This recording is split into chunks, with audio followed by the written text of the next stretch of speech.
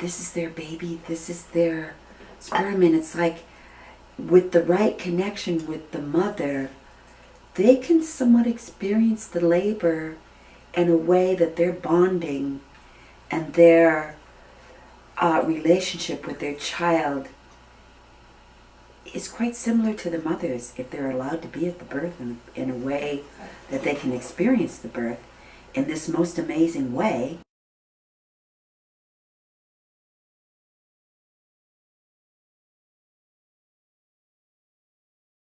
I think parents have to fight more after the baby's here than they do during labor. I mean, most of the time, if I attend a birth and a mom says she doesn't want this or that, like she doesn't want an epidural or she doesn't want the IV fluids, she may have to sign a form, she may have to repeat it a couple times, but then it's a done deal. But once that baby is out, everything changes. The baby needs to go to the nursery for observation. They need to do this to the baby. They need to do that to the baby. And none of it facilitates the baby and the mother and the father's relationship together. He doesn't belong with me. He belongs with his mother and father. Where a person feels that they are in the right place to be here, you know, to be welcomed here. Yeah, you're in the right place. You're right there. You went from here to here. Yeah, you're in the right place. And then after the baby is born, letting it go a little slower and letting it somehow be dictated by that instinctual mother animal. Not this very strange thing. I mean, I try to think, what would I feel like if I went to another planet and the first thing they did was start flipping my body around and doing, yeah, and giving me, you know, a jillion sensations, not necessarily pleasant, that I'd never had before, versus if they just would let me be until I got my bearings. We all want to have our bearings. We all want to have a chance to get our bearings when we're in a new environment. And if he's had minimal amounts of drugs to allay the mother's pain, he's equipped to see his mother and for a beautiful scene. That's when the fighting begins. Birth plans are sort of a non-issue, because if you choose the right care provider, they already know what you want. It's more the baby plans. That's where the fight is. They have the right to determine what happens after the baby's born, that the baby stays with them, and you know, even to have the newborn exam in that first hour after birth is an interruption in what the mom and baby really need to be doing.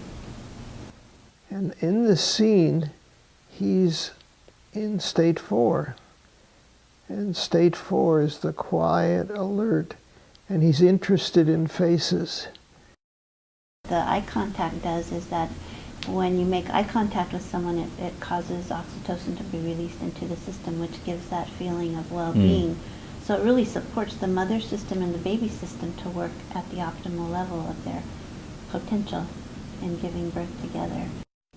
Wants to look at his mother because he's heard her, and he's smelled her, and he smelled amniotic fluid, so he knows that this is the person that's talked to him and repeatedly.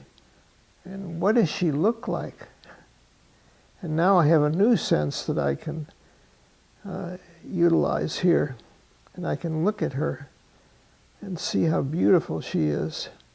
The baby with the mother supports both of their systems for the hormonal balance to be there and for the baby to work it out in an easier supported fashion, rather than the baby trying to like close the harsh touch and the bright lights and everything out. It's like more receptive, and so the baby system gets to work more efficiently. And when I'm through nursing, I'm going to especially spend a lot of time looking at her. And I can see that man next to her.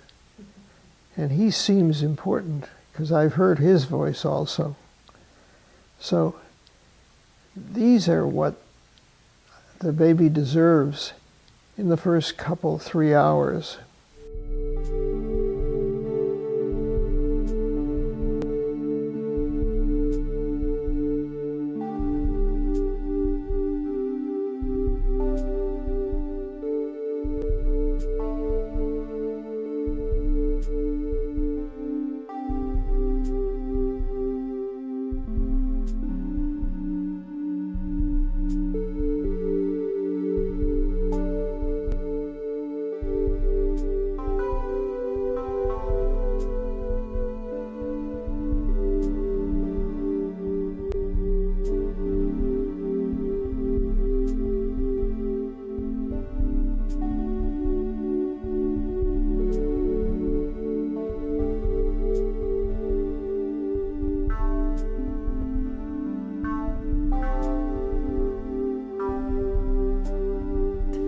And I think we tend to forget, because we're a little bit in this society, we have this sort of class system and authoritarian rule system, so that we go to a hospital and it's not our place, it's their place. But the thing about it is everybody was there in their own reactions, which is different than you have a group of people that are responsive to an event.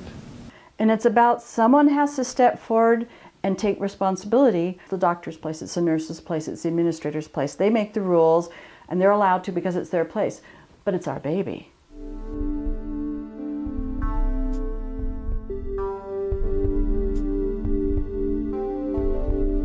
They're just there in response to each other and to what just happened. And to and that then, baby. Yeah, and to actually be in the quiet presence of the awe. And people are just people everywhere. You know, doctors are just people, and nurses are just people. Everyone is just people, so it's about communication. So that the baby can settle and the mom can settle and they can connect. They're the most important people there. We just need to impart to mothers and fathers to occupy their space. So we take over and it becomes our space. I really encourage all my parents to come up with a plan for how they want their baby to be treated, because that's where they're going to feel like they have less control. To come in as if they were queen of the hospital. That's what I always tell my moms. If you're going to have a baby in the hospital, you are now queen of the hospital. And everyone there serves you. Everyone there serves you. They have no other reason for being there except to serve you.